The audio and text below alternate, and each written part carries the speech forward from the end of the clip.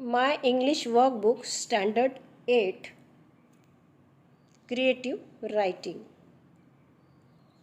विद्यार्थी मित्रांनो, सुरुवात करूया आजच्या या व्हिडिओला. तुम्ही जर चॅनलवर नवीन असाल तर इंग्लिश, सायन्स आणि मॅथमॅटिक्सचे वर्कबुक सोडविण्यासाठी नक्कीच तुम्हाला या व्हिडिओची मदत होणार आहे. तर चॅनल सबस्क्राईब जरूर करा आणि व्हिडिओ आवडल्यास लाईक शेअरसुद्धा करा. सुरुवात करूया आजच्या व्हिडिओला. Activity 1. Complete the following story by using the words given in the box. Beautiful, parrot, colourful, peacock, cage, free, his look, luckiest bird and beauty. These words are given in the bracket. You have to observe this picture and complete this story. Once there was a crow who wishes to be colorful and beautiful like other birds. He then went to the parrot and shared his thoughts. Peacock is the most beautiful bird, so talk to him. Then the crow went to the peacock and told him about his look. Then the peacock replied, "You are the luckiest bird that has been never caged in life, and we, because of our beauty, stay caged and you are always free." आता ही जी इथे एक story दिलेली आहे ही आहे parrot, peacock आणि crow यांच्यामधली. तर हा जो पॅरट आहे हा ब्लॅक असतो, काळा असतो, सगळ्यांनी पाहिलेला आहे आणि त्याला वाटतं की मलाही या बाकीच्या प्राण्यांसारखं कलरफुल आणि ब्युटिफुल दिसायचं आहे.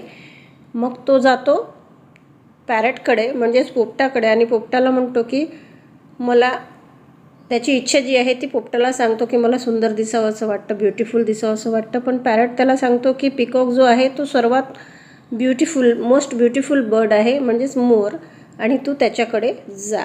मग तो पिकॉककडे जातो आणि त्याला सांगतो त्याचं जे रूप आहे त्याच्याविषयी तो त्याला सांगतो. आणि त्यावर मोर म्हणतो की तू सगळ्यात भाग्यवान पक्षी आहे, कारण तुला कोणी कैद करू शकत नाही, पिंजऱ्यात ठेवू शकत नाही, आणि आमच्या सुंदरतेमुळे आम्हाला नेहमी ही जी सुंदरता आहे ही आमच्या स्वातंत्र्याच्या आड येते आणि आम्हाला कोणीही पिंजऱ्यात बंद करू शकतं आणि तू नेहमी फ्री राहतो.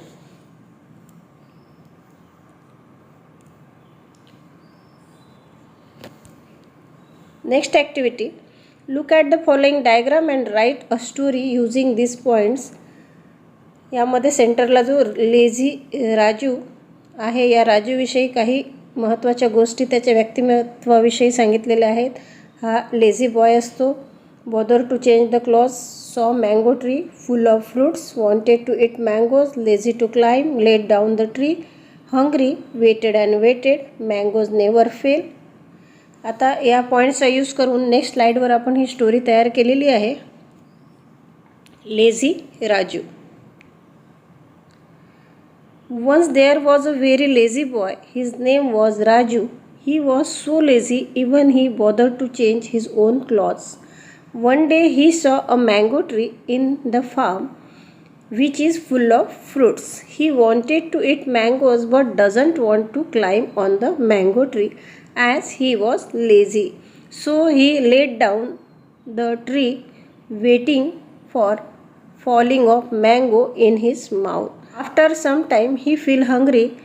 He waited and waited for a long time but mangoes never fail. At last he remains hungry because of his laziness. हा लेझी मीन्स आळशी. हा जो मुलगा आहे हा एवढा आळशी असतो की शेवटी त्याच्या आळशीपणामुळे हा उपाशी राहतो असं या स्टोरीमध्ये आपल्याला सांगायचं आहे.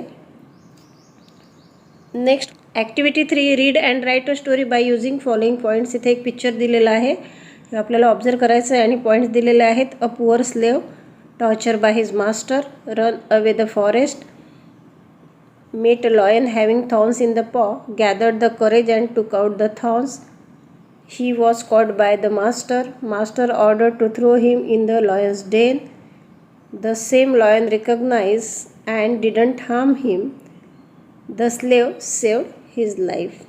या पॉईंट्सवरून आपल्याला स्टोरी तयार करायची आहे. स्टोरीला नाव देऊयात The Lion and the Poor Slave. There was once a slave who was cruelly treated by his master. One day he couldn't take it anymore and ran away to the forest to escape. On his way he met a lion having thorns in the paw. The slave gathered the courage and took out the thorns. The lion ran into the forest and didn't harm the slave. Sometimes later the slave was caught by the master, then ordered the slave to be thrown into the lion's den. When the slave saw the lion, he recognized it as the same lion he helped in the forest. The slave saved his life. The lion did not harm him. Moral of the story: do good, have good. आपण जसे कर्म करतो तसंच आपल्याला फळ मिळतं. या स्लेवनी लॉयनची मदत केली होती, त्यामुळे जेव्हा तो त्याच्या मास्टरद्वारे पकडला जातो आणि त्याला सिंहाच्या तावडीत देण्याचं ठरतं, त्यावेळेस तो जेव्हा तिथे जातो तेव्हा तो सिंह हाच आहे ज्याला आपण मदत केली होती ही स्लेव ओळखतो आणि सिंहसुद्धा केलेल्या उपकाराची जाणीव म्हणून त्याला काहीच इजा करत नाही. Next activity, external activity. Complete the story with the help of given clues. इथे क्ल्यूज दिलेले आहे आणि आपल्याला the ant and the grasshopper ही स्टोरी कंप्लीट करायची आहे. Bright monsoon day, family ants working in sunshine, drying out the grains stored up during summer. Grasshopper came, beg for a bite. The ants cried, haven't you stored? I didn't have time, said the grasshopper, and struck their shoulders and said, making music now and dance. And the grasshopper. Once upon a time there lived a grasshopper and the ants in grassy meadow. On summer day, grasshopper was singing, jumping and dancing, but the ant was hard working and collecting food grains and storing them. The grasshopper invited ant for playing with him, but she refused to play with him because he was busy for storing food for winter. When there is nothing to eat, the grasshopper laughed at her.